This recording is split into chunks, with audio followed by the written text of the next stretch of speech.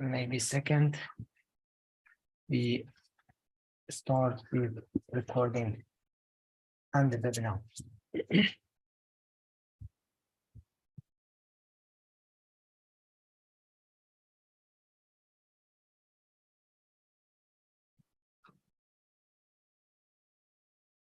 Second. Maybe second.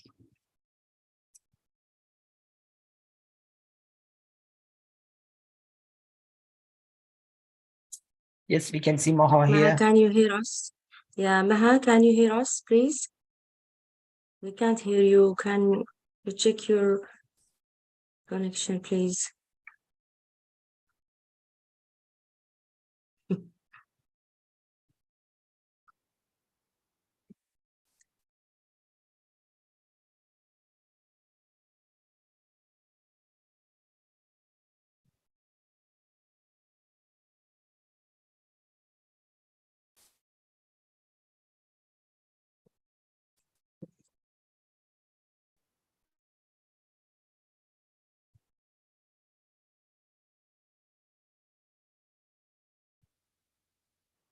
Okay, Arish, if Maha and everybody is ready.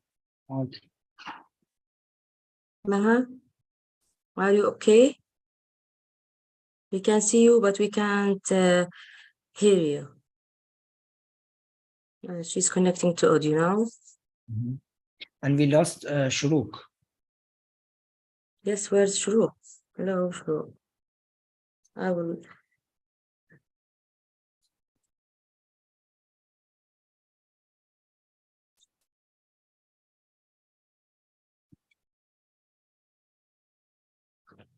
You can admit Shuruk if she comes. And Miguel, yeah. You want I think Shuruk is here, I admit her. Do you want to start until Miguel come, or we just wait a bit?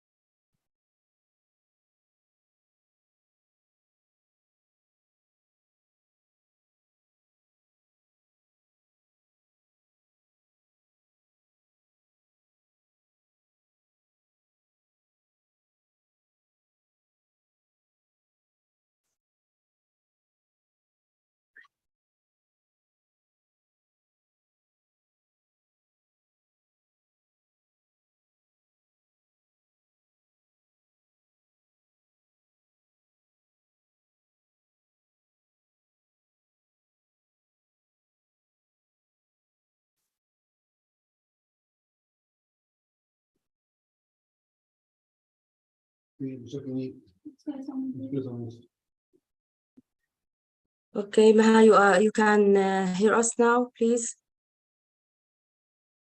Maha, can you hear us?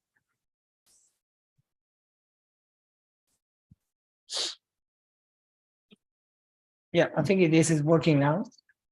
So let me start. Is it okay? Yes. Okay, so Maha, admin, please start, open the room.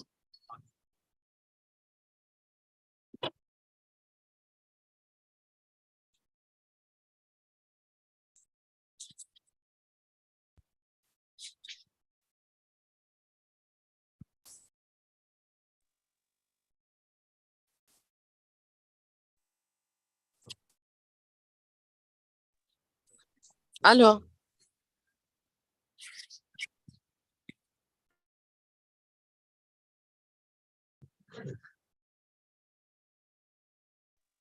يا أريج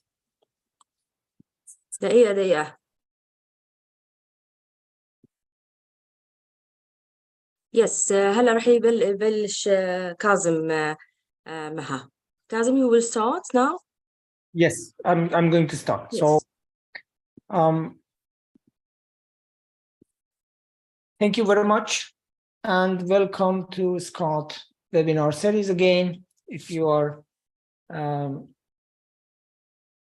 attending SCoT for the first time, welcome to SCoT family. We are with you. Exciting webinar today, which is very important in tourism industry, tour guiding as a career and local community support. This webinar is going to link between theory and practice, academia, and the tour guide as one of the important services in tourism. As you have seen in the website, we have the webinar with a number of experts in the field from different countries. And we are going to introduce what tour guiding as a profession and as a job will and is doing. Tour guiding and tour guides are cultural brokers that they help with interpretation of the destination. Visiting a destination cannot be as in detail or joyful without the guiding service of professional and especially local tour guides. Today's moderator is Dr. Arij Shabib, who is an associate professor at Yarmouk University in Jordan. Dr. Arij has participated in some other SCoT webinars as a panelist and speaker, but today we have Dr. Arij as the moderator. So I will not take more time here, and I pass it on to Dr. Arij to start her webinar today. Dr. Arij, back to you, and we are ready to hear from you and your presenters.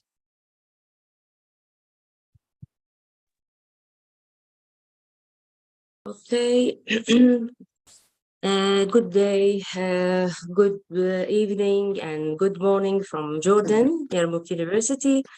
It's really my pleasure today to be with all of the participants from all over the world with different time zones in this webinar, which is an important webinar related to a SCoT webinar series that focus on local community support.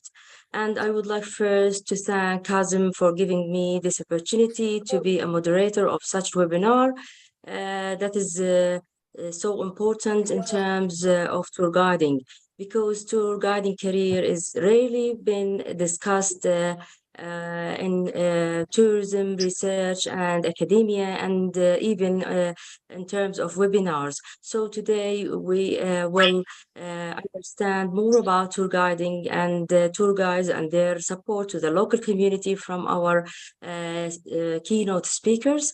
We have a diversity in this webinar, as we have the academia and the industry. So we have tour guides and we have also the academia and well-known people in the tourism tour guiding research.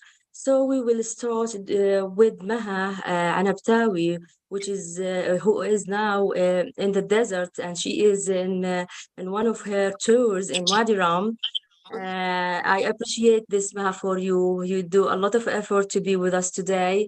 Maha is one of the first 9 female tour guides to work as a tour guide in Jordan.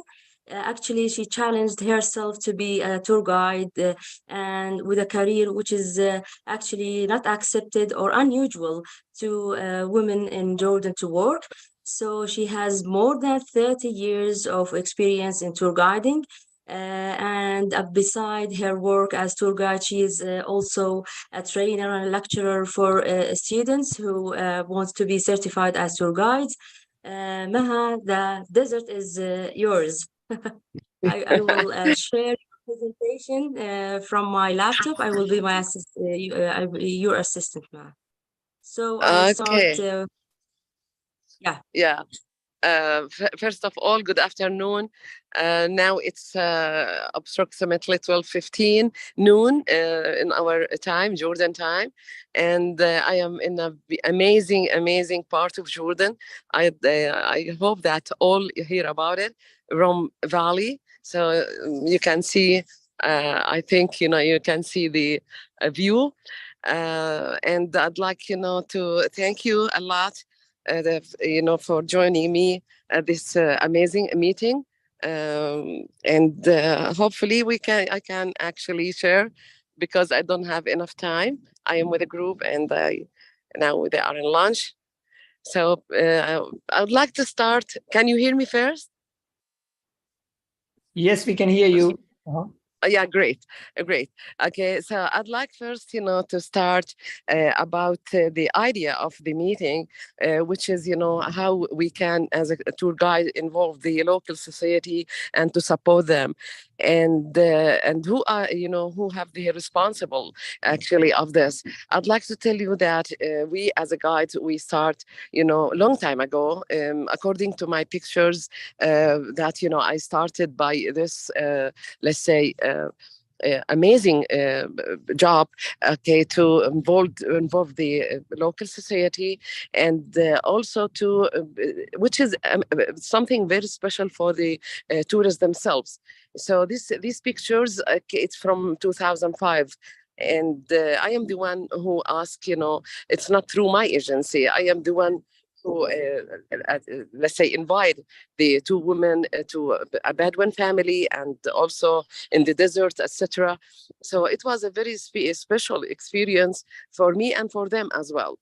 Recently, it's much better than before, and especially that there is so many agency start to support the local society and at the Bedouin society and also at the Arab, I mean the farmers in the north of Jordan. So the country, Jordan is divided between, let's say, north, where we have the fields of olive trees and the forest and the reserve, and while in south, where I am now, it's, the desert, although it is not a desert, but we're talking about amazing landscape, and we talk about Bedouin society. So many tourist guide, as I told you, involved with this. Okay, and they add something special for their experience. And after the agencies themselves, who start to organize, let's say, dinner with a Jordanian family, especially in Amman, the capital, and there's something else which is amazing, that the adventure. Now I can tell that most of the adventure guides, they are the one who actually follow this, let's say, this experience, because they walk from north of the country to south, and they pass by so many villages and Bedouin settlements, and they meet people, and they are now involved. In a way, they are all involved, and they do actually amazing job. Are you in? Yes. Hello? Yeah. Yes, don't worry. You go ahead, Maha. Yeah.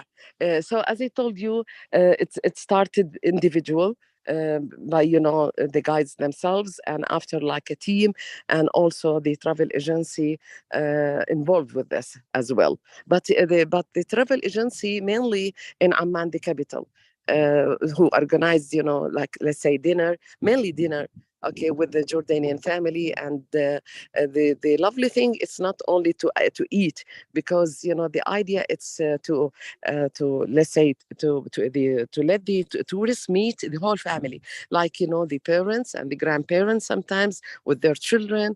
And it's funny if I tell you sometimes that my group, as example, they speak in English, and the grandparents speak in Arabic, and the negotiation between each other other and they understand each other. That's something incredible.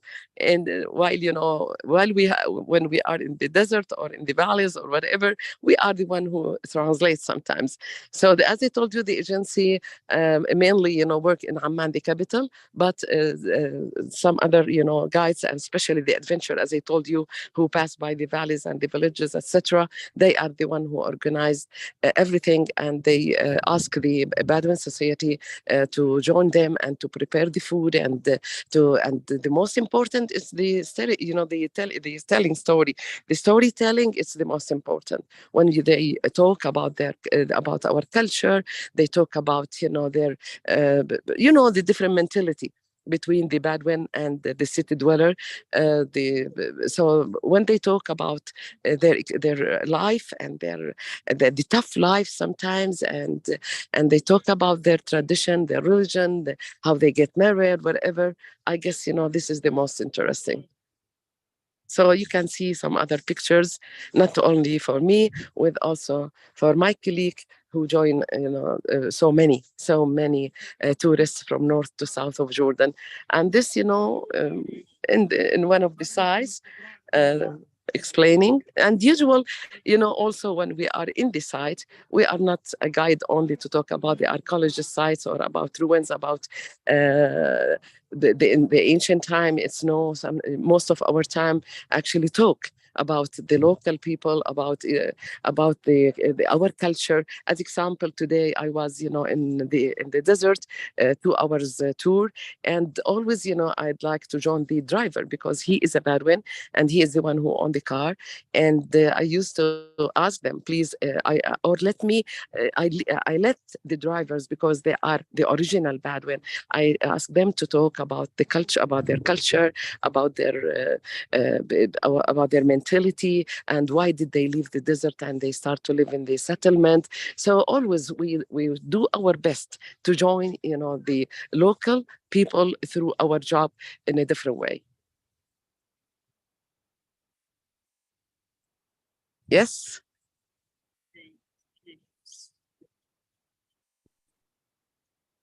Thank you. Hello? Thank you, Maha. Thank you. Kazim, yes? Yeah. Yes, please go ahead. We can hear you clear. Yeah, It's I think that's actually that's all in general. I wish if you can see the view here. I'm not professional, so I'd no, like to thank show you. you actually. Yeah. Thank you, Maha, for your presentation, Ali, which is from the field. Yeah, I appreciate it too much because you just gave us 10 minutes from the area, from the field of tour guiding. I think Rosie is likes the idea that the presentation is from the field. So it's interesting to be with you in this cold weather in the desert. So you are wearing heavy jackets, but you Yes. are in the desert. Although it's lovely, lovely weather, amazing, sunny, but it is really cold. So I we wish spent such a lovely time. Okay, have a nice trip. Thank you. Go back to Amman, inshallah, and safely, inshallah. Thank you, Maha. Thank you Thank very you. much, and please don't Thank hesitate you. to come to Jordan. Sure. Thank you. Good promoter. Yeah. Thank you. Bye. Thank you. Wish you all the best. God bless you all. Bye. thank you very much to bring the beautiful sky and the nice desert environment. We are enjoying the scenery and the landscape behind you. And yes, Yeah. I'm You sure. are most welcome. Perfect. Thank you very much. Welcome. Welcome. Bye. Bye. Thank you. Thank you very much. Bye. We are coming back and we can hear from you in the panel again, Maha. Thank you. Okay. Arij, back to you. You can invite the next speaker anytime. Yes, Inshallah. please. Oh, Okay. okay. Bye. Bye, Maha. Bye. Yes. Okay, now we go to our next speaker, Rosemary Black, a well-known scholar, a well-known name in terms of tour guiding research, when you write research about tour guiding, you have to cite Black. Rosemary Black, adjunct research professor. She has recently retired from SCoT University in Australia. She has many years of experience in publishing, in tour guiding, in eco tourism, and sustainable tourism.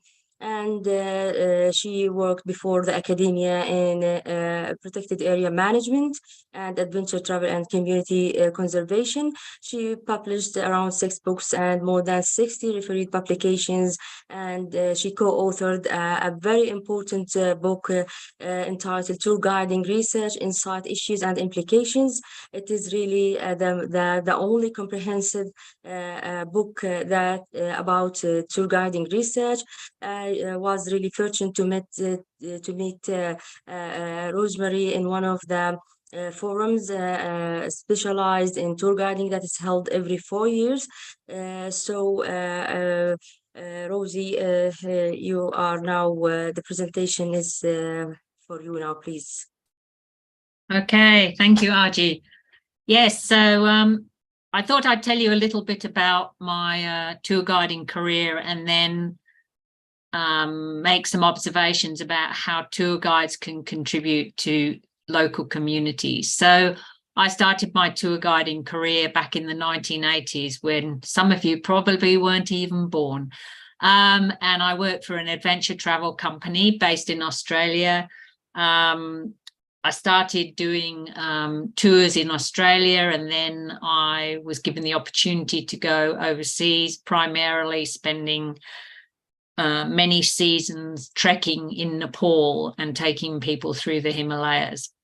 When I finished my job as a travel guide, that was 7 years, and then I went on to work as a national park ranger. And in that role, I also did guided tours and started becoming very familiar with the whole concept of interpretation, which is a very important role for tour guides. And later on, I also went to Antarctica, very lucky to have had that opportunity. I worked down there for 1 season on one of the expedition ships as the assistant expedition leader, which also involved guiding. During that time, I became an associate professor at Charles Sturt University, and during that time, I took students to Cambodia and also around Australia. And as Arji mentioned, I became very interested in tour guiding research. I did my PhD on tour guiding, and of course I was teaching tour guiding as well at the university. And I guess I've also worked as a volunteer with Guiding Organisations Australia, which is our umbrella organisation in Australia for all the tour guiding associations that we have across Australia. And I was very involved in that organisation, in promoting it and also administering it.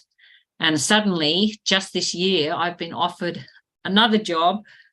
Now that I've retired, I've got time, and I've been offered a job as a hiking guide. So I've come full circle. So I'm going back to guiding, which I'm very much looking forward to. So I mentioned that I'm going to look at 2 ways in which tour guiding can contribute to local communities. And I'm going to look at the research evidence that shows that they can contribute to communities. What are the implications for tourism stakeholders and for tour guides? And then I'm going to summarize. So as all of you would probably know, tour guides perform many different roles, which I'm sure you're all very familiar with: communicator, leader, interpreter, which I believe is very important, but also contributor to local communities. But there are some things that tour guides cannot control. For example, things like access to certain areas, regulations of site, which are usually the responsibility of land managers, the length of the tour, the type of vehicles used, the group size. Again, that might be regulated by land managers and park managers. And then things like the route and itinerary and the pricing, of course, is more influenced by the tour agency that employs the guides. So there are some things that guides cannot control. However, as I said, there are, in my opinion, at least two ways that guides can contribute to local communities. So firstly, we're going to look at how they can enhance visitors' understanding and value of sites and communities, cultures and environments, and how they can influence visitors' behaviour. And that could be on the way to a destination, on site, or at the destination. Also through communicating and interpreting, role modelling, enforcement of visitor behaviour, and of course, supporting local services and products. Rosemary, sorry to interrupt you. Do you want to share your slides? Or Oh, haven't I shared them?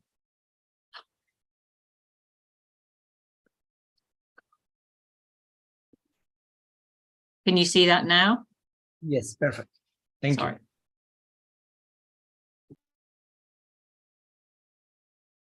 So can tour guiding contribute to local communities? Well, there is evidence certainly that tour guiding techniques can be and are being embraced by some tour operators to enhance people's understanding and value of sites and communities.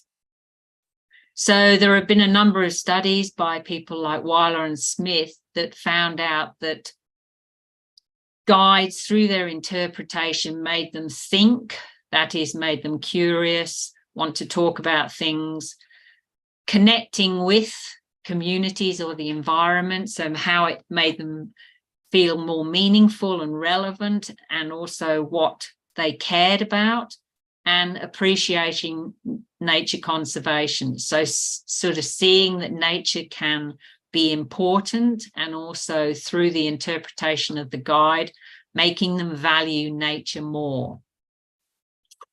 Some other more specific country studies. So for example, Jensen's study in Madagascar, he found that through the guides, they were able to moderate their interactions to reduce the negative effects on the environment and community. So this demonstrates that guides can, through what they say and how they behave and how they monitor visitors, can reduce impacts on local communities. And in another study in Madagascar, again, the guides were able to enhance people's understanding and valuing of the national park for not just visitors, but also the local community. So guides have the capacity to influence both visitors and local communities and residents. And I think here's an interesting quote from one of those studies that indicates that guides play an essential role in making connections with people in the villages and directing tourist money to these peripheral areas. So particularly areas around parks, people are more likely to spend time and money, which obviously benefits economically to local communities. I mentioned that another way that guides can impact on and influence local communities is by how they can influence and monitor visitors' behaviour. And this is done particularly through sort of environmental messages and role modelling. And again, there is research to demonstrate that guides can do this. So again, in this study by Cole in Indonesia, guides were able to reduce the amount of negative impact on the social, cultural aspects of the communities.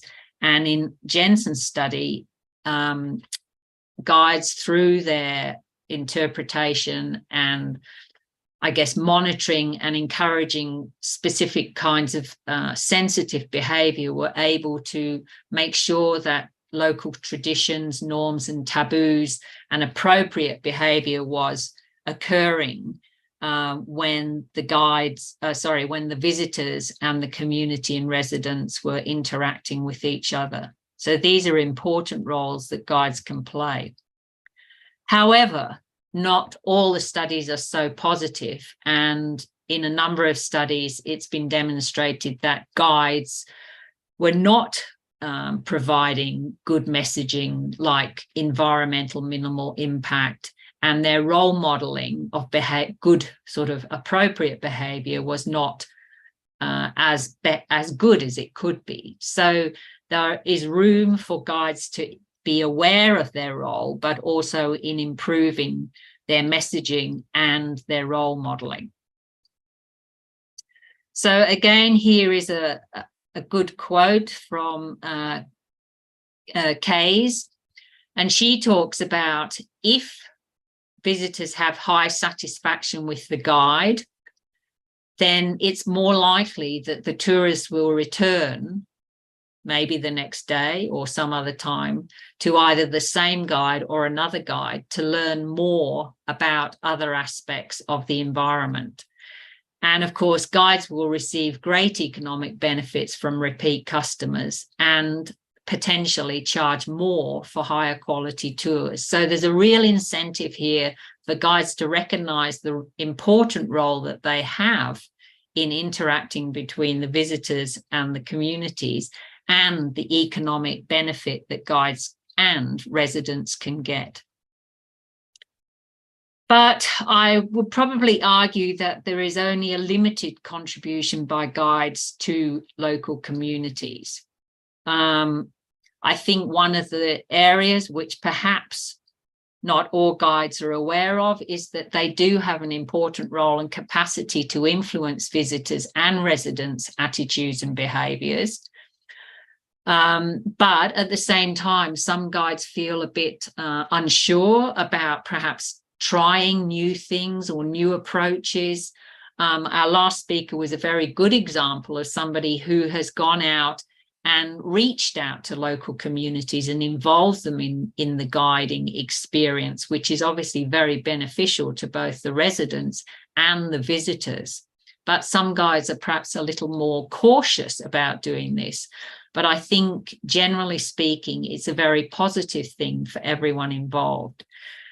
Perhaps some guides are a bit uncertain about offending people or preaching to visitors and residents. But again, I think if you're tactful and sensitive and you talk to the local communities before you involve groups and visitors, then I think it's beneficial to both parties. And perhaps not all guides are aware of their key role as a mediator, an important cultural mediator between visitors and host communities and, of course, the environment.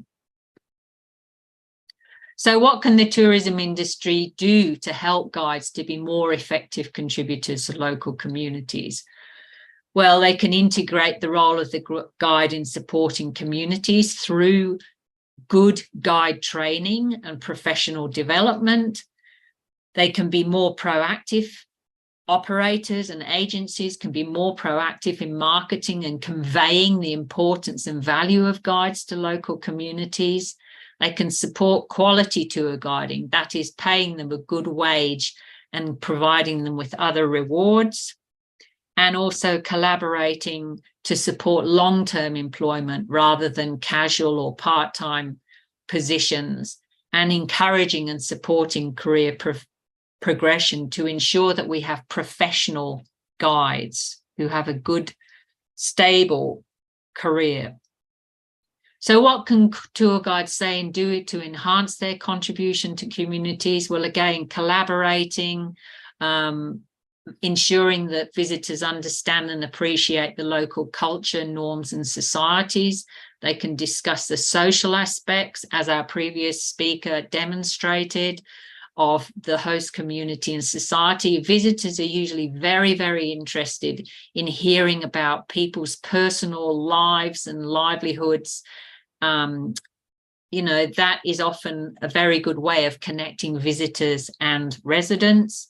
They can educate and discuss the culture and link the group's culture. So, for example, how does Jordanian life compared with Australian life? They're obviously very different, but there's some commonalities. And often when you find the commonalities, that's when visitors really start appreciating the differences between the cultures. We can interpret local and global environmental issues. We can look at the development of countries, the history of countries, the technologies, and guides, of course, without pushing or taking commissions, can encourage visitors to buy local products and, of course, use local services as well. So in conclusion, tour guides can benefit communities. People are seeking a more meaningful and memorable experience that's both culturally and environmentally friendly. There is evidence that guides can enhance visitors' understanding of communities and culture, and also influence visitors' behaviour and within communities. But there's limited evidence that guides can influence social and cultural sustainability of destinations. And I would argue that we need more research on the impact and the benefits of guides on local communities. So thank you all for listening.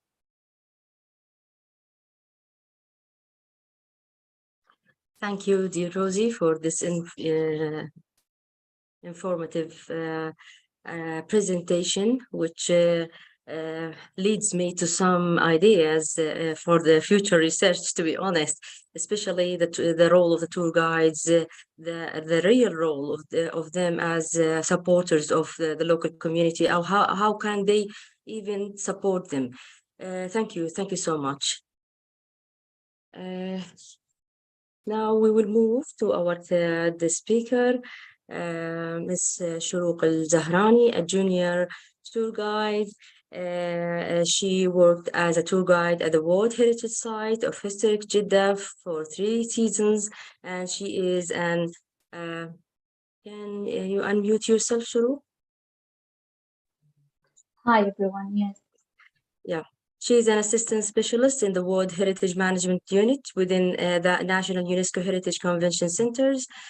She is a project manager of several programs, such projects such as Hemma Cultural Area, Al-Ihsa Oasis, an evolving cultural landscape, and rock art in the Ha'el region of Saudi Arabia. I'm really so happy to be with us today, Shuruq, as a junior tour guide from Saudi Arabia. So now it's your turn, please. Okay, thank you, everyone. I'm very glad to be here with you and as a participant, as a tour guide. I would first to share my screen. Can you see my screen? Presentation.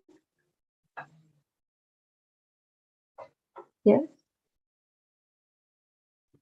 Yes, we can see it. Yeah. All right. Okay, I'm Shuruq Zahrani. I will talk about my experience in historical Jeddah in Al-Balad. For 3 seasons, it was the festival and the historical Jeddah. Historical Jeddah, let me just explain about historical Jeddah. Jeddah is this is the old town of Jeddah, which is very important for Muslims and Buddhism. It's called Gate to Mecca. So we can put multicultural people there, diversity, a lot of language speakers there at the same place. As you can see, my picture there in the corner on the left, that's me when I was like 2016 to 2017 there, and me with the girls. Let me explain. We were like girls, like 2 groups, girls and men, because here in Saudi Arabia, some families or most of the families there prefer to be with a girl or a female tour guide. Back then, and this is the last picture. Then down, it's the entrance of the festival or the town.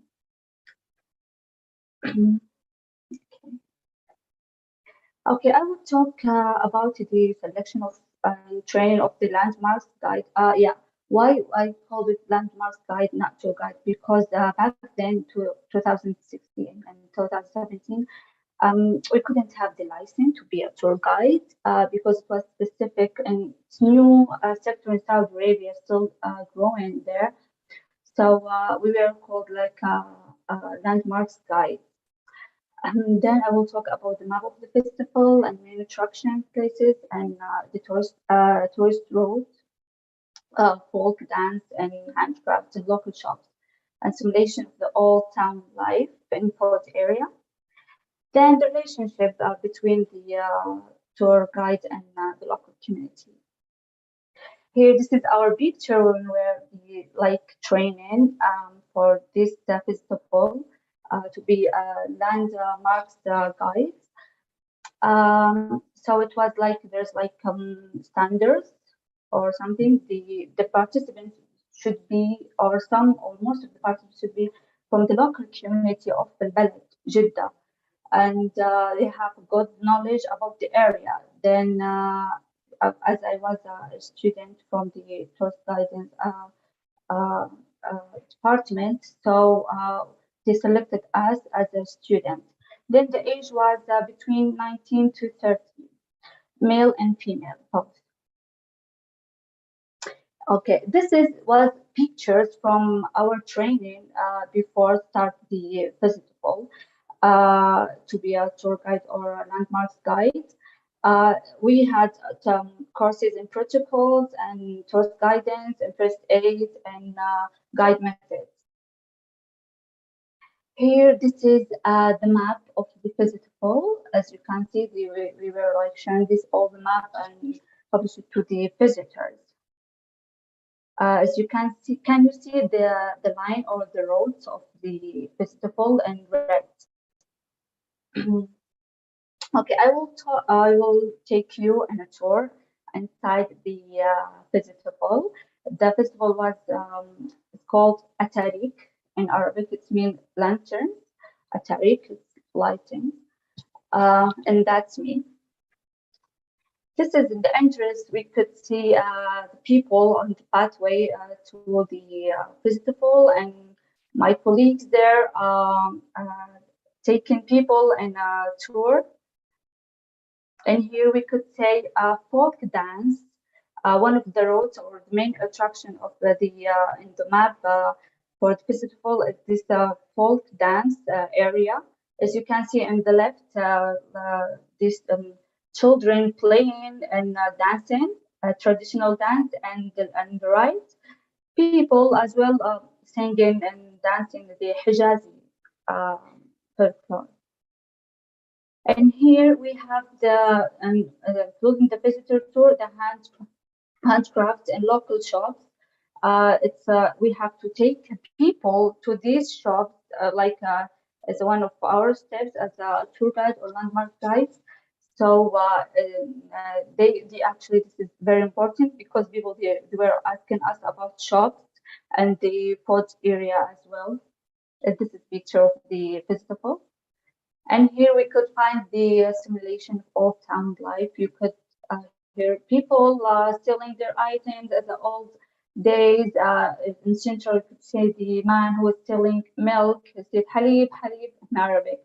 And on the right, man who's making toys with iron cans. And on the left, the man who is making keys, old keys with the iron. And here, this is the very important for visitors the area. It's the food area. It's very delicious. You can smell the food there. Traditional food, Hijazi food, like it's called balila, ligimat. And actually, it's this is two area inside the festival and the outside the festival, but both, like mostly you could find it full and very crowded, the busy area. And here, this is the line or the path of the interest path, which is the name or logo of the festival back then, and with the colors. This is a general, if you could say if it's clear, the general pictures of the festival or the area of the town historical Jeddah. And this number just was the number of a day before closing the festival. So the last day, this number, like 250,000 people were there. And I would just explain or say why it's like important here, or how the local community of Jeddah benefits from this festival. First of all, these like a simulation of old town, or the little shop or food area by the local community was like where for visitors to be there, and it's a little bit increasing their like the local community income. And actually, some it was like for me as a student was well paid as a landmark guide, because most of our like our colleagues there were from local community, was like um, mostly $600 per 7 days or so, which is good. And that's how they support the local community and the historical Jeddah. And I would share with you this video, hopefully, play about the festival back then.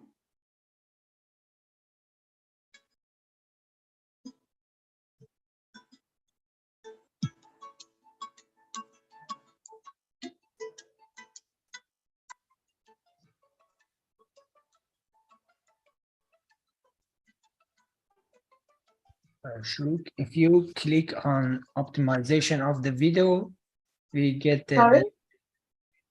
when you share in the bottom page, there are two boxes. If you click on them, Where? maybe you stop sharing once, and then you re-share.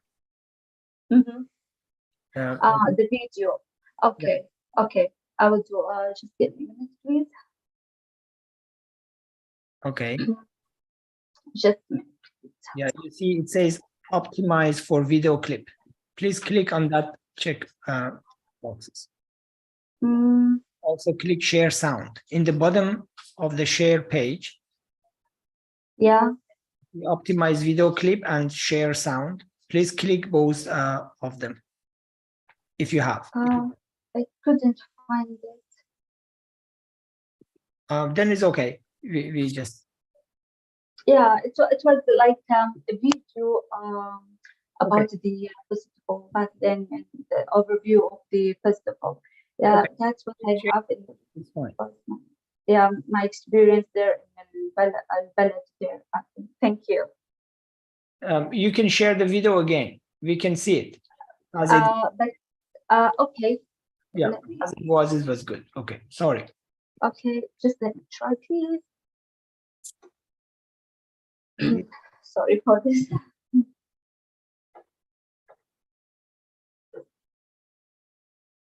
Maybe I could share it on YouTube.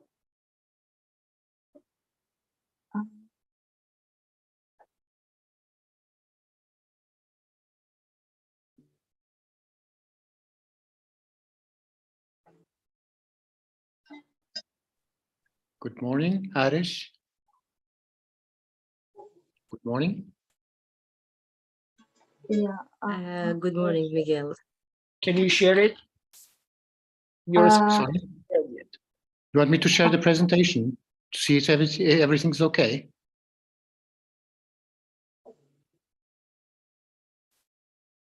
Miguel, we are now in another presentation. Your turn will be within when Shuruq finishes her presentation. Yeah, less than a minute. Yeah, just give me a minute. Okay. Can you see the screen? Yes, we can see it. But what about the sound or the volume?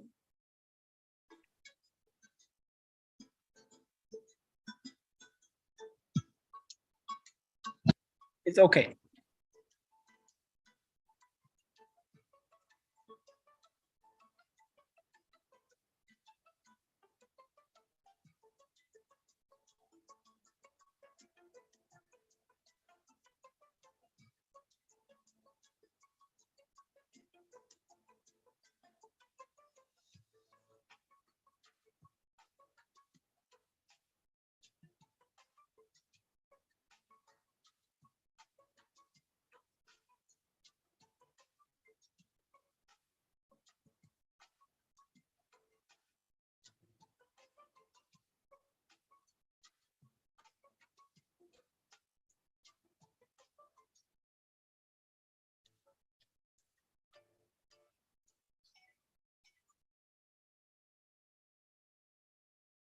Yeah, thank you very much. Thank you, Shuruq, for your interesting presentation that is rich with the traditional products. And what I have observed that the tours were mainly for the locals. So you are doing tours for the local people in their local community. This is so much interesting and it's so great to make the tours for the local community as well. So we will come back with some more questions with you at the end of the discussion. Shuruq, don't go away, huh? No worries, yeah, I'm here. Okay. Thank you, Shuruq. And finally, Miguel, are you here? Miguel? Miguel?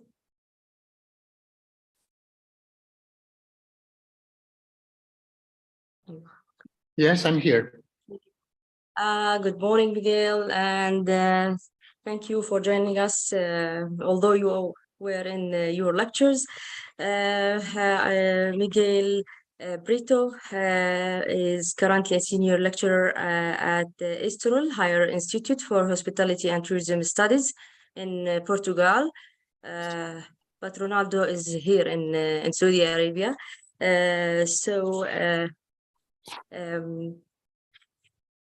Miguel worked as a tour guide and a tour manager and a travel agent for 20 years. He has written several scientific articles, book chapters, and a book on tourist information that is entitled Tourist Information, the Art of Tourist Guide, Connecting the Culture of the Tourist with the Destination. I have met Miguel twice in the forums of guided tours in the Netherlands and I think in Denmark with your colleague Carla. So I hope we can meet all together with Rosie and all the people engaged in tour guiding forum, maybe in Italy this time, I think, next year, Hopefully. yeah. Yeah, hopefully everything will be okay with no corona and no more disasters. So everything will be okay. So Miguel, please, can you start your presentation? So the floor is yours. You can share your presentation. Okay. I hope you can.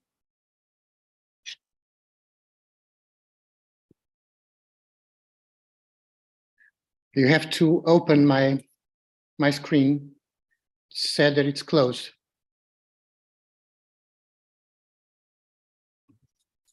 No, we can see some of it. Can you see my presentation?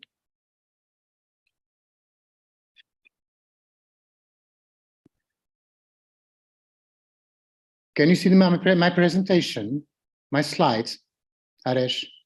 Okay.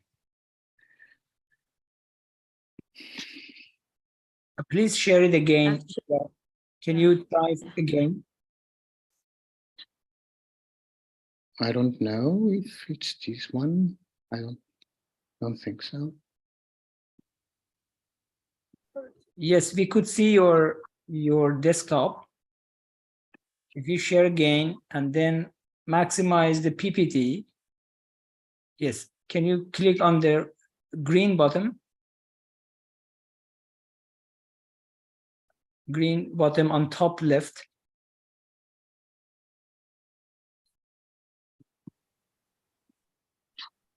Green button. On the top left. Top left of what? Of the screen. Of the screen, yes. Yes, exactly. Okay, now click on Can you see it? Perfect. Is it okay? Very good. Thank you. Thank you for your invitation, Arish, to participate in this forum, in this webinar. And thanks for all that are listening to me now. It's a pleasure to be here with you. I will try to make my presentation in 15 minutes. But before I start, I would like to tell you a little story that happened to me when I was still a guide about 20 years ago. I was with a group of people from different parts, different nationalities, and they were all ministers and secretaries of state and we went to a royal palace for a dinner in the royal hall, in the throne hall, and there was a welcome cocktail in the garden. So I was having my flute of champagne, and everybody was there having something to drink, and it was quite dark. So all of a sudden they called us to go inside the palace for the dinner, and there was a couple in front of mine, and the man just dropped his flute of champagne, his glass, into the boxwood, into the bushes of the garden. And I was scandalized with that attitude, thinking they were ministers and they were people, so important people. And I just grabbed the glass and went to the gentleman and said, "Excuse me, you forgot your glass there." And he said, "Oh, is that right? Okay, I will take it inside." So he understood that he didn't did the right thing. And I think that since we are talking about tour guides and their relationship with the communities, it's important. This is one of the things that guides can do. When tourists misbehave, when they have the wrong attitude or a negative attitude towards our heritage, and we should say something. We shouldn't be ashamed to say it to the tourists, because we have the reason. We are on the right side, so we should protect our heritage, and we should also make this mediation when there is a conflict between something that happens and what we should protect. So one of the functions that guides have is precisely to control and to make sure that everything is right, and they have an important role protecting heritage. Besides, so in the code for ethics, in the code of ethics for tourism, it's in article number 5, you find that local population should be associated with tourism activities, something that doesn't happen, and the jobs should be for the people that live in the places, so the community that live in the places. But usually what we see is that most of the local communities don't work with the tourists. They just sell things, that they are not very engaged with the tourists, so they should be more engaged. And the two parts, the guides and the local communities, should also be more active at trying to understand each other and trying to help each other in their roles. So what should be the guide's contribution in my perspective? It should be to engage and in the management of a place, and also to engage in the training of the local people, for instance, so that they can be better informers. They can give better information to the tourists. They can have the right attitude. Usually guides have a lot of information, a lot of knowledge, competencies that they developed along their lives, and that they can pass on to the local communities. And of course, what I said when I was telling the story is that one of the roles is exactly to protect the heritage in order to sustain the tourism, sustainable tourism, and to promote a sustainable tourism. Another things that we can do is to avoid mass tourism issues, because they damage all the things that you find in a village, in a place. And we can help a lot. I say we, although I'm not a guide anymore, we can help a lot while doing that. For instance, taking people in different hours to visit the places, hours when most of the tourists don't go to these places, or also to take them to places where usually you don't find the tourists. So distribute the tourists in time and in space. And also to create synergies while guiding, because if we put our synergies, our energies together, communities and guides, 1 + 1 doesn't make 2, but it makes 3. And we can contribute a lot for the development of the places. On the other hand, and the last thing, although we are in a webinar and there is people from all over the world, I think it's also a good idea to think of the European shared values like freedom, democracy, equality, etc. And we should promote with the help of the local communities and also for the local communities, these sort of values that are so important for the Europe. Of course, interpretation is one of the tools that we have to do this, because interpretation includes education, as everybody knows, and includes also the appreciation. The comprehension of the place leads to the appreciation, and if one appreciates the place, he also wants to contribute to the preservation of that place, because we only want to preserve when we understand the value of a place. If we don't understand the value, we are not interested in protecting. On the other hand, interpretation gives us the possibility to make people experiment the places. They can have true experiences with the gastronomy. They can leave the places, and with their experience, they can understand much better a place with their direct participation, and so they will contribute for the protection as we want them to do the tourists, of course. Guides should be trained also to achieve these goals I'm talking about, and the problem is that guides sometimes are not trained. They don't make any reflection about these kind of matters.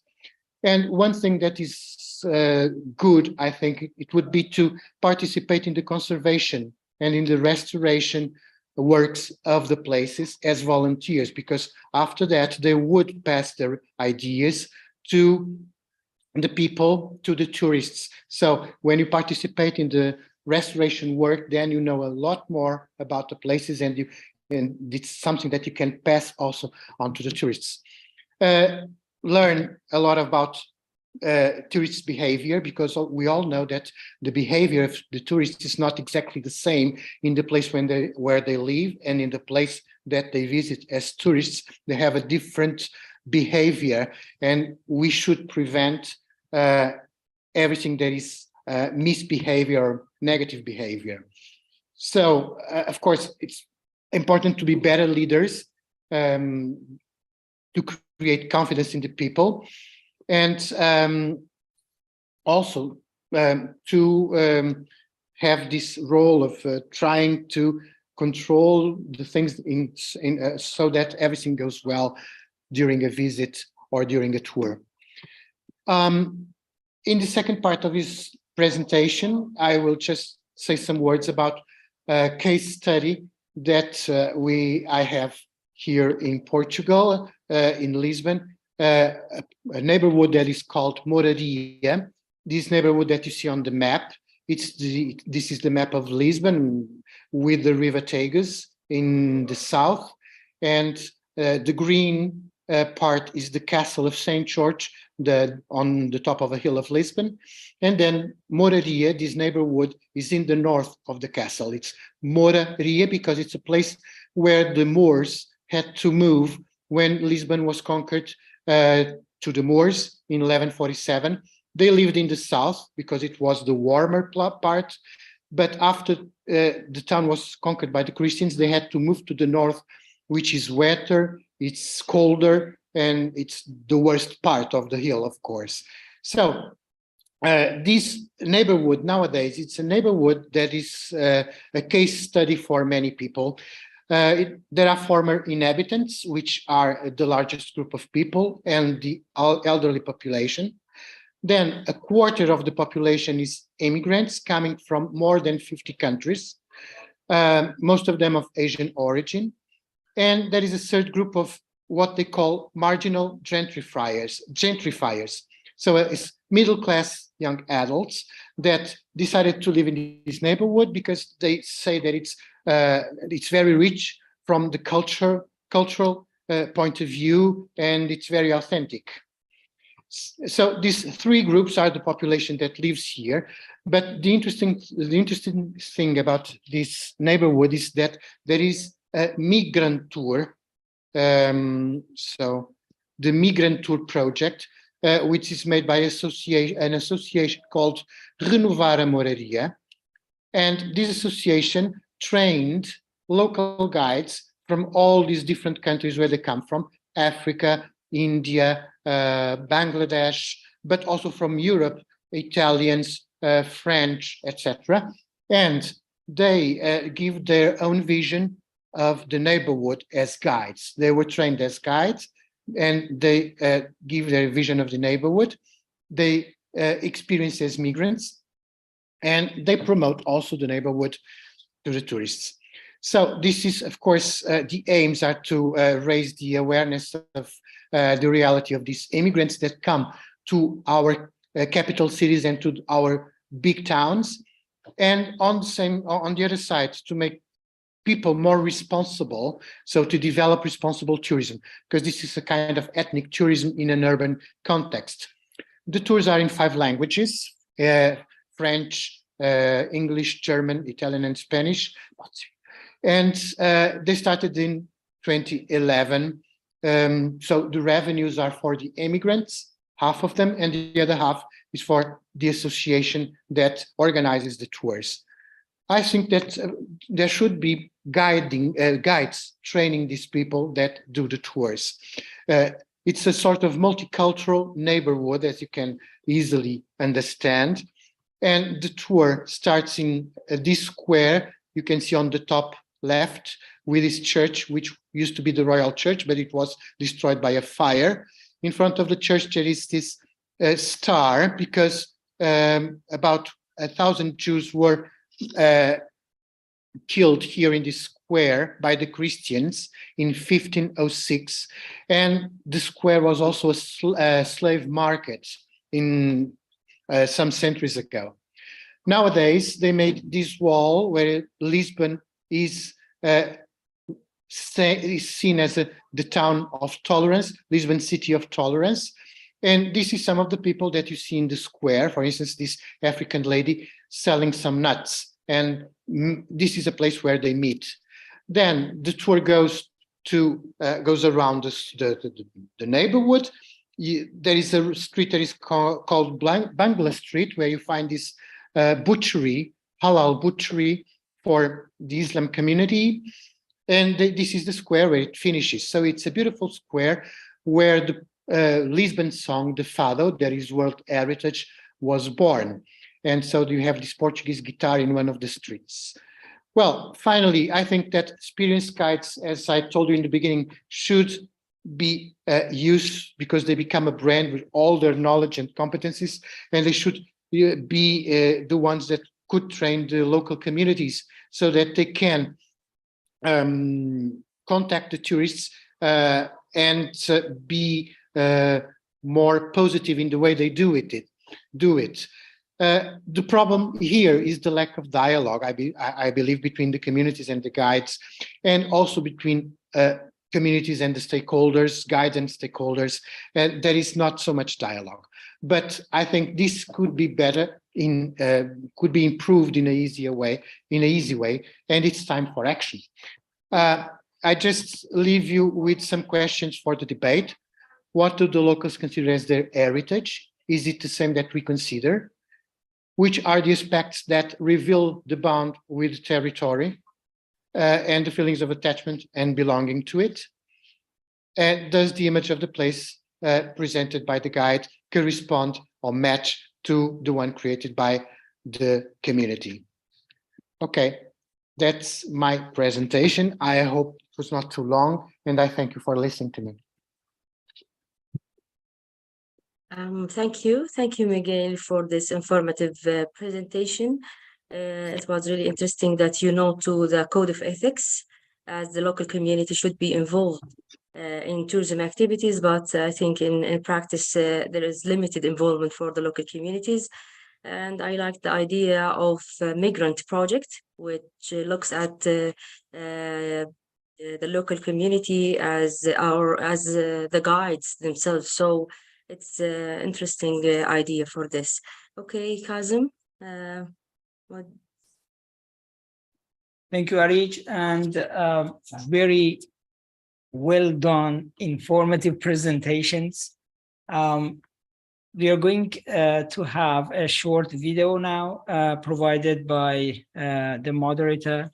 And after that, we come back with the panel discussion. In the panel discussion, we have a time for our audience also. If you have questions, please do not forget to write in the chat. We are going to pick up some questions and within the time limit. Also, we have the panel discussion after you watch the video, and make sure to move your body and grab your drink and come back fresh and ready for it. I would like to ask SCoT admin to share the video.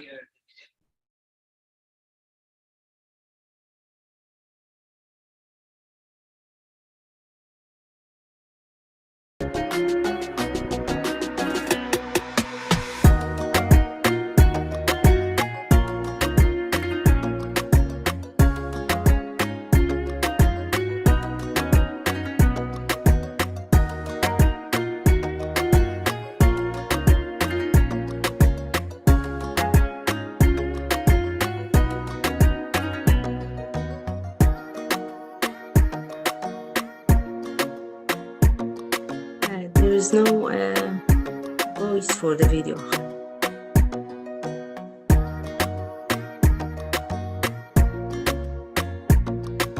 Problem? No.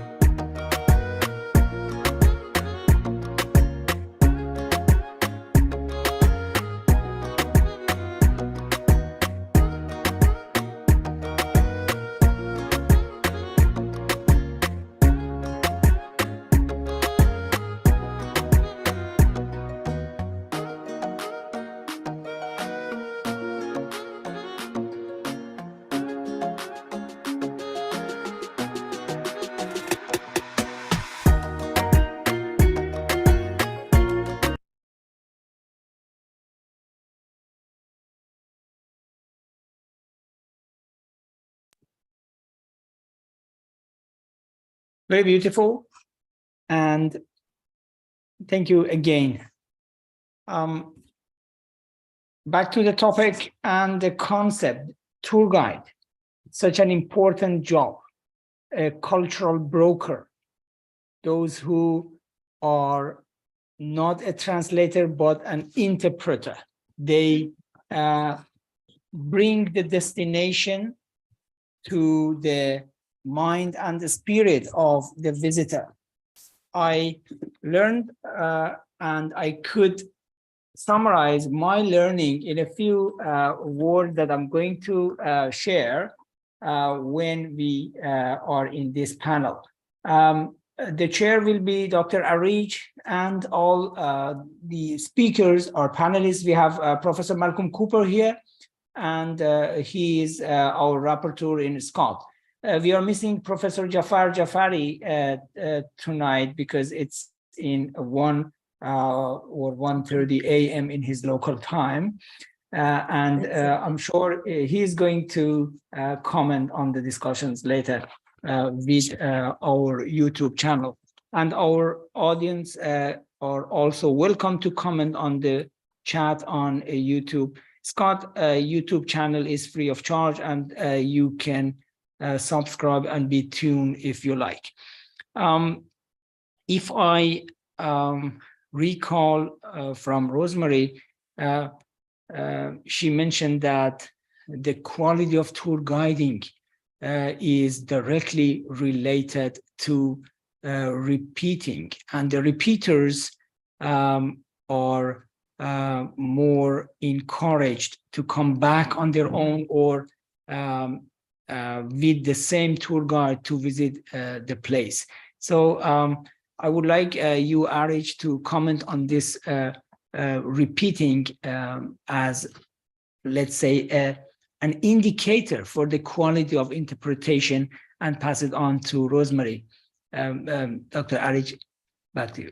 Yeah, actually, it's a very critical point when we talk about quality matters.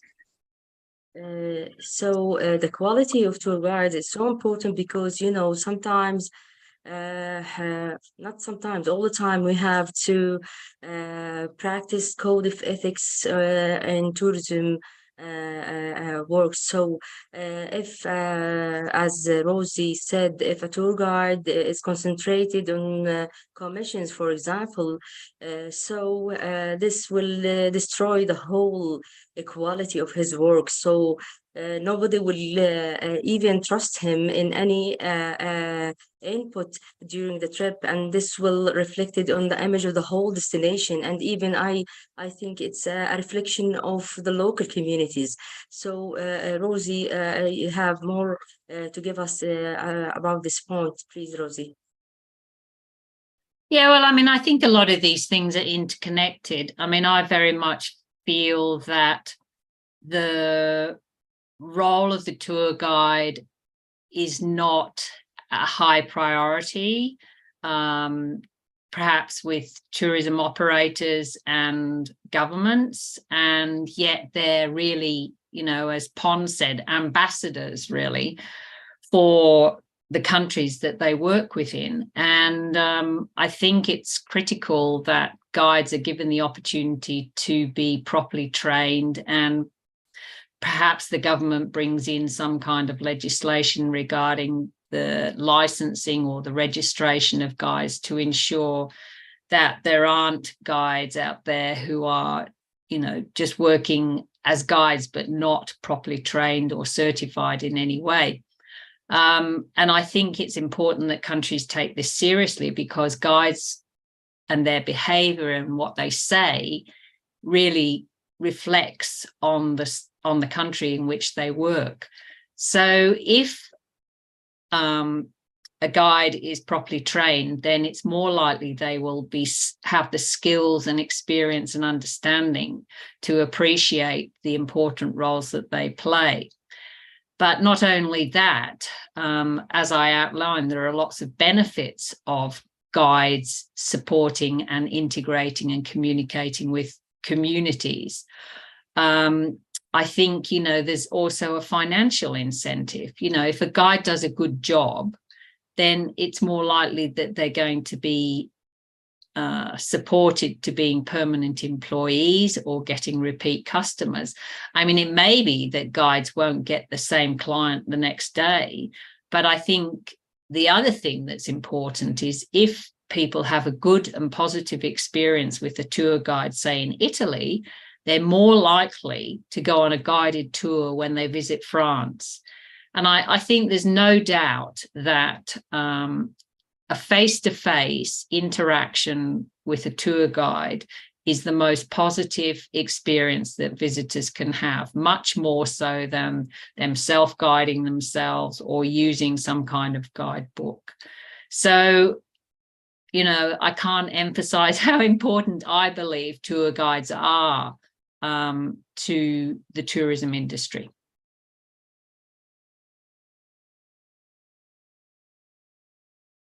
Yeah, actually, they are even still under evaluated in the academia and even in the industry. You know, if something happened wrong in the whole trip, so the blame is the tour guide.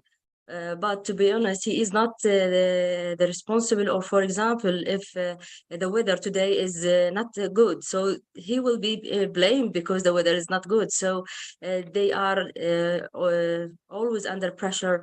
They are really, for me, appreciated as the main circle between the destination and the whole part of the tourism process. Any question? Another question? There's a question here in the chat box, Kazim. Yes, I have also the essence of the questions.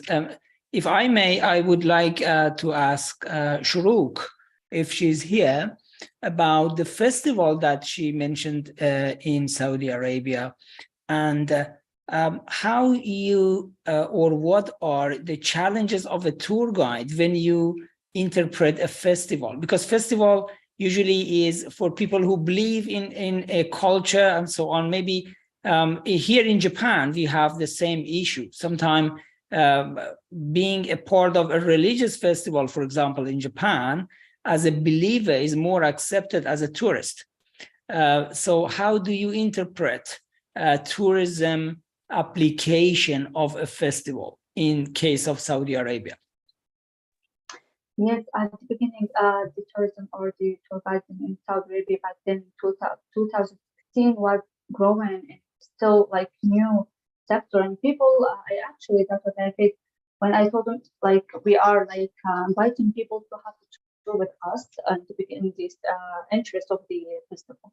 So would you like to have a tour with us? We are a tour guide or landmarks guide in the RC tour guide? How? Like, because it was new.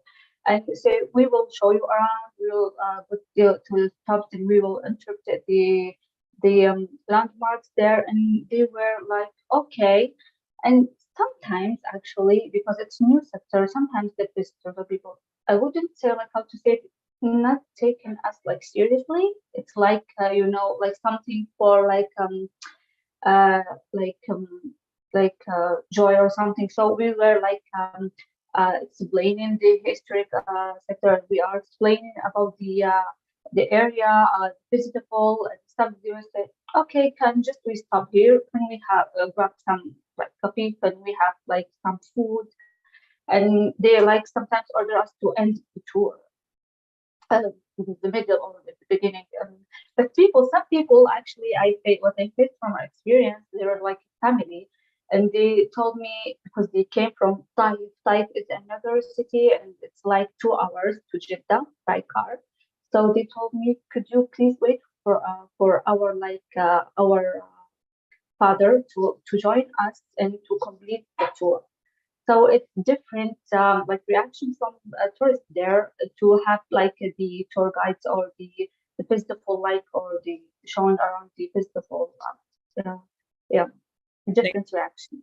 Yes, I understand that the practice of tour guiding, it has a lot of issues with the schedule and with the daily activity of the tour, and a tour guide, an experienced tour guide, should be ready to take these all scenarios and to manage it. Thank you very much. I would like to ask Miguel a question. Miguel, you brought a very important issue of the interpretation of the heritage, how to represent and interpret and to be proud of the culture and heritage as it is, not as tourists expected. So can you elaborate more in the case that I personally believe that respecting culture is part of is part of the price of visiting a place, and how a tour guide can interpret this local community's heritage and proud when doing the job. Well, although I'm not a tour guide anymore, it's been about 20 years or so that I'm not guiding, but anyway, I can remember what I used to do. For instance, if it was something that was world heritage, for instance, it was very easy to tell the people that monument, that garden, that whatever it was not all important for me and for us, people from Portugal, because I'm from Portugal, but for everyone, because it's also part of their history, and I could explain according to the nationality what was the importance of something to their own history. I give you an example. We have a monastery in Lisbon where that was built to commemorate the, so to say, the trip Vasco da Gama to India, or was built just after that. So this connection with India that the Portuguese had, and also with Africa and so on, was quite important in that moment of history for the culture of Europe, because a lot of things that Europeans didn't know came to Europe, and the European culture also was spread in the other continents. So it's easy to do it when it's world heritage, and we can always explain why this is so important for the Portuguese as it is for everybody else, because the world became larger, because we got to know a lot of people and things that we didn't know before. Okay, but if it's more difficult, then you have to invest a little more in interpretation, and you have to use, I think, relationships between the object and the people that are looking at it. And you have to find some way to relate the thing that you are explaining to the everyday life of the people, so that they can understand deeply the significance of that, of what you are explaining.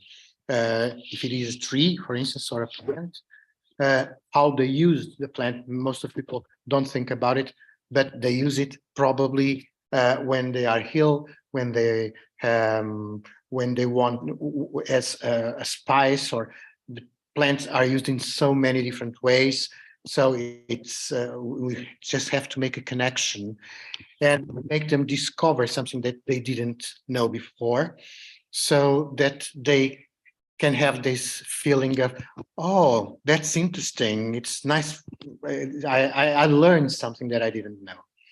That's a very important thing to do. And of course, our speech should be planned in such a way that you can do these, you can do the interpretation. It's not only just facts, just information that you have in the books. You don't need the guide to get information. You need the guide to have the interpretation of the places and to go deeper and to give more than a book can have. Okay, so that's it, more or less. Thank you very much. It's a very practical knowledge, and without experience, we can't learn these things, as you mentioned in the book. And the issue of in what extent and level the guide is representing the community is also another important issue that you already mentioned, that does this job is representing the local community, and or it's just a profession and it's a business.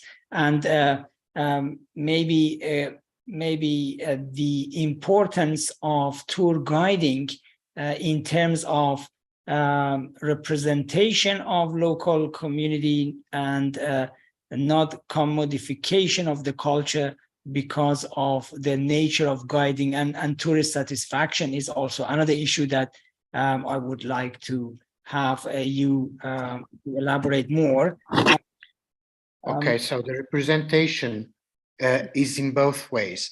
Like the guide represents the place, and tourists usually see the place through the guide. The guide is a sort of filter. So this is also a little bit dangerous because guides can manipulate if they are not honest. They can manipulate, and they can use this role as representatives to do whatever they want. But most of the guys, at least, about what they do, try to do as well as they can. They know that they are representing the place, and they want the tourists to understand the place and to be satisfied with this experience that they have. And guides become happy when tourists are happy with what they did. So I will leave the manipulation on the side and only say that guides represent the place, but the places, they also represent the tourists for the local community. Because if there is some problem, it's with the guide that they talk. And it's the guide, it's the guide's fault, because he didn't say the right thing, he didn't do the right way. And so if there is a problem, the local community, people from, I don't know, the shops, the restaurants, they come to the guide, and the guide is also the representative of the tourists. And this is something that is difficult for the guides because they are in the middle, and it's hard sometimes to be one of the parts. They have to judge. Many times they have to judge, and it's difficult because they are in the middle. They want the tourists to be satisfied, but they also want the local community to be satisfied.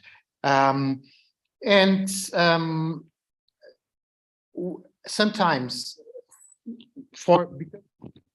because guides have to work for a certain travel agency, they are being paid by a travel agency, a tour operator, and because they have to do that job, sometimes they co-modify, I think, what they say and things they talk about, because it's easier. But now that I'm not guiding anymore, I think that they should be very, very careful about that. And they should also investigate if what they are saying, what they believe they are saying, and they believe that they are saying the right thing, corresponds to what the community thinks about. So the image, what I told you in my presentation, is that the image, it doesn't match usually the image of the community about themselves, who they are, what they are, doesn't match with the image that the guides give to the tourists, because there must be dialogue. If there is not dialogue, if they don't talk with each other, if guides don't really investigate what are the values of the local community, then they cannot pass them to the tourists. Thank you, Miguel. Dr. Arish, do you mind if I continue a little bit more? I saw some questions in the chat that. Yeah, sure. Yeah, just go ahead. I'm really interested in the augmented reality. Can we check this question, please? Exactly, AR. This augmented reality. There is a big debate on this, that is this a complementary to tour guiding, or is going to replace the tour guide, or it's a tool in the hand of tour guides? I would like to ask Rosemary, maybe you can elaborate on this. If you're tourist in a group, they come with their mobile phones, and just when you're explaining a site, they just look at the phone and they read everything or so on. What do you feel in the future of tour guiding with this AR? Yeah, well, I feel like it's at the moment perhaps it's a bit of a fad that people are using their mobile phones to gain perhaps what they think is a similar experience. But of course, I mean, one of the benefits of having a real person as a tour guide is that, you know, you have the opportunity to ask questions. And I'm assuming that, well, unless you've got Siri, you can't do that. So I think it has its limitations, but I can see that perhaps for some types of audiences, it could be a useful tool for tour guides. I mean, personally, it's not something that interests me, but I'm in the older age group. And but I think perhaps for younger people, there are certainly opportunities to use things like virtual reality and so on, or links to certain sites. But I would caution guides to not get too carried away with technology, and that become the dominating sort of aspect of the tour. Because again, I feel very strongly that having a real person as a guide is, a unique experience that tourists should, benefit from, rather than relying on technology. I mean, personally, I feel people are engaging in technology too much. And, for me, a guided tour with a real tour guide is an opportunity to experience a place with a real person. And hopefully it's somebody who actually lives there and can tell, an authentic story of their experiences and of the community. Thank you. Yeah, I would like to comment on this, please, Kazim. Actually, what Shuruq has presented about giving tools for the locals, the Saudi community, so proved what Rosie said, that we can't even don't hire a guide. This is a Saudi community, and they are hiring a guide to make the tour for themselves. So I think relying on technology is not that much experience for even the locals. What about international tourists? So we have the same case in Jordan. While in Corona, we or the Ministry of Tourism have launched an initiative for the domestic tourism. We all know that international tourism stopped. So we launched an initiative for the locals inside Jordan, just to make sure that the industry results again, and then resetting the industry again and again. So I was very astonished to see that the Jordanians themselves used the service of tour guides to provide them information about their own country, which is geographically is too small. So don't worry, I think artificial intelligence and technology will not replace the tour guides themselves. Thank you very much. Can I comment? Sorry. Yes, please. I would say my experience and what happened during the pandemic. I was in Scotland, Edinburgh, so I visited the castle of Edinburgh, my friends and I. So we were waiting for a tour guide or someone to show us around the castle, and they told us, sorry, because of the pandemic, so we couldn't. You can just buy a book or audience or stuff, and we bought the book, but we didn't use it. Now it's with us as a decoration, because we literally we wanted someone to show us in person with us in the same the same area as a tour guide or so. So actually we had the time just taking pictures around, and we didn't know much about the site.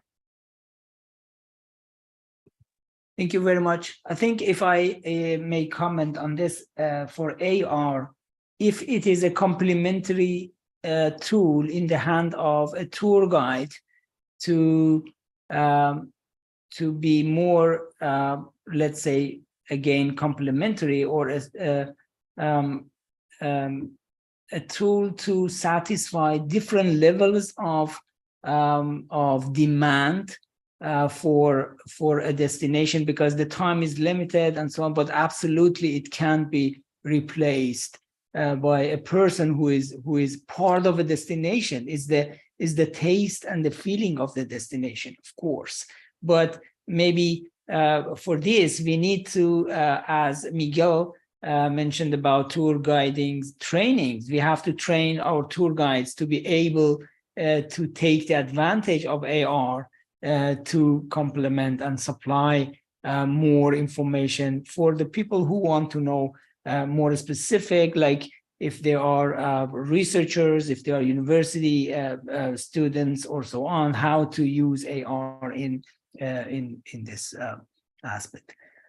Time is a bit beyond our 90 minutes. I think if Arij, you let me, I invite Professor Malcolm Cooper, our rapporteur, Yes, sure. to wrap up. Malcolm,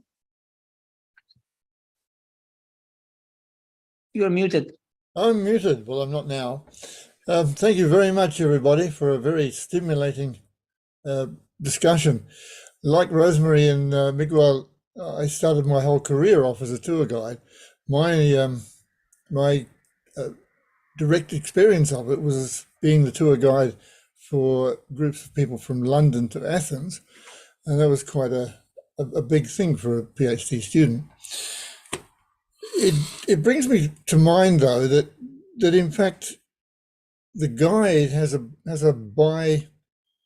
almost a bipolar problem, in the sense that they've got to be the storytellers, but they've also got to provide the service that supports the tourist in their being in that community. And I think one of the big problems with that is, do we say to them, you must be qualified? You must be not just qualified, but you must hold a license. Now, our curator, he didn't mention it. You probably can't see it. No, you can't. Oh, well. Anyway, this is a document called the Instructor Manual for a National Certificate in Tour Guiding, and it's Sri Lanka. Sri Lanka has a problem with the bipolar, as I mentioned, where temporary tour guides, if you like, congregate around the major areas and take people away and tell them a story. Some of them are very, very good.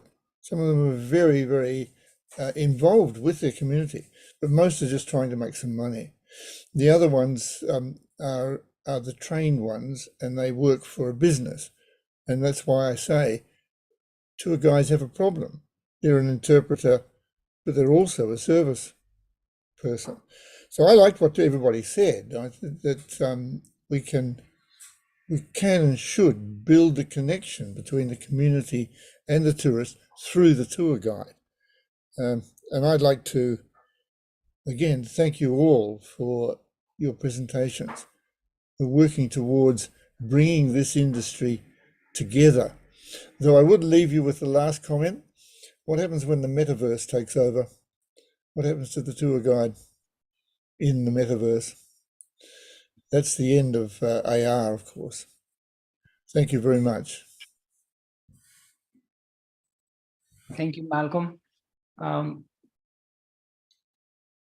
The importance of tour guiding was well mentioned, and I think we are not able to wrap up and cover this subject in one webinar. And I would love to invite Arij to bring her network again, and we elaborate more, and we are very interested in to continue this dialogue between the tour guides community and academia.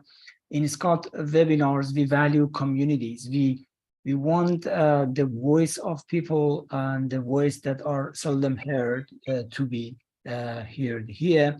We want to learn the experiences from different communities and share them. So the recording of this webinar is broadcasted in our channel, as maybe you can see here. All videos from the past are here.